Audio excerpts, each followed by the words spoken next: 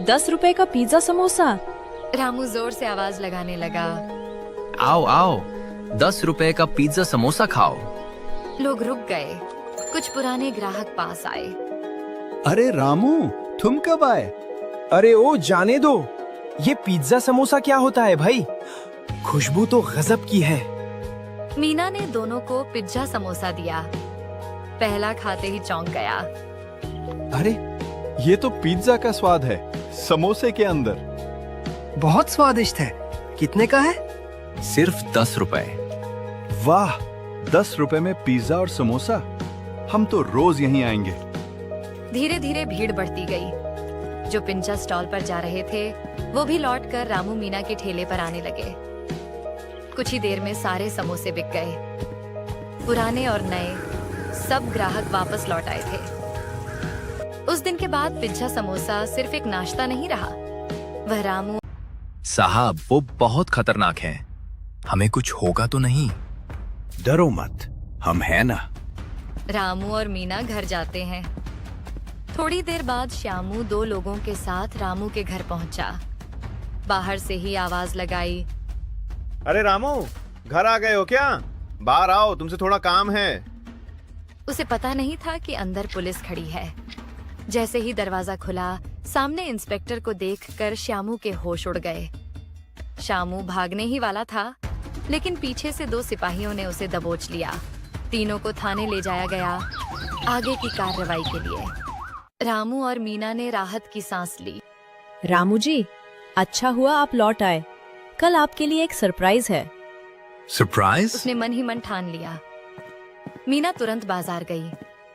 शिमला मिर्च, प्याज, टमाटर, मक्का, पिज्जा मसाले और थोड़े से सॉस लेकर घर लौटी। उसने सारी सब्जियां बारीक काटी, मसाले और सॉस मिलाए और उसे समोसे में भर दिया।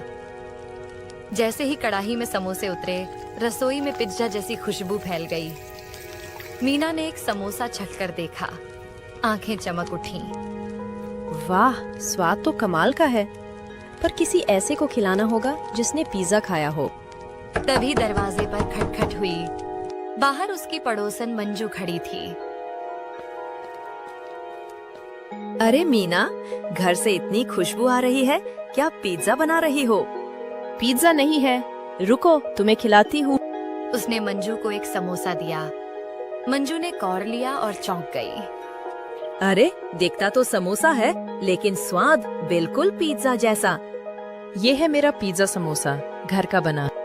कमाल है, मुझे बहुत पसंद आया। तुम कल से ही इसे बेचना शुरू करो, मैं रोज तुम्हारे ठेले पर आऊंगी।